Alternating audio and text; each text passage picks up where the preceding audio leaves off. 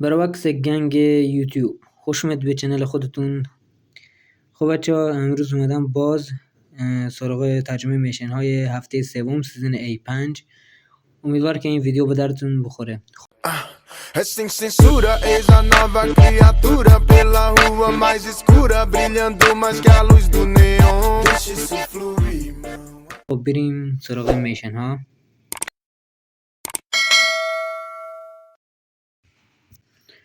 میشن اول گفته که 10 بار از دیوار بالا برید. مثل اینکه میاد کنار این کنار میاد، مثل این باید بالا برید. میشن دوم گفته که روی خانه های میلیتاری بیس فرود بیایید. میشن سوم گفته که 2 نفر رو با فاصله 100 متری بزنید. باید 100 متر از انیمی دور باشید و انیمی رو بزنید تا میشنتون انجام شه. خب میریم پایین تر.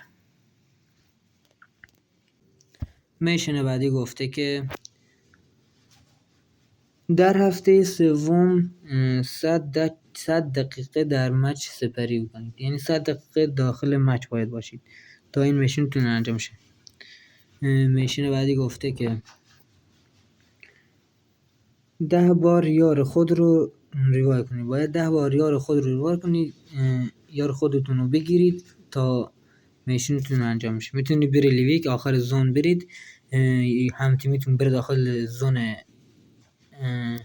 بنفشه که زودتر خونتون رو کم میکنه و میتونید زودتر این میشن رو انجام بدید. 10 بار که یار رو ریوای بدید میشن انجام میشه. میشن بعدی گفته که 5 نفر رو با ساتیر بکشید تا میشنتون انجام میشه. 5 نفر با ساتیر میزنید میشن انجام. میتونید بری لیویک این میشن انجام بدید. خب میریم پایین تر. میشن بعدی گفته که 6 بار دراپ رو لوت کنید با هم تیم هاتون. یعنی باید یار داشته باشید و دراپ لوت کنید. اگه سولو برید دراپ لوت کنید حساب نمیشه.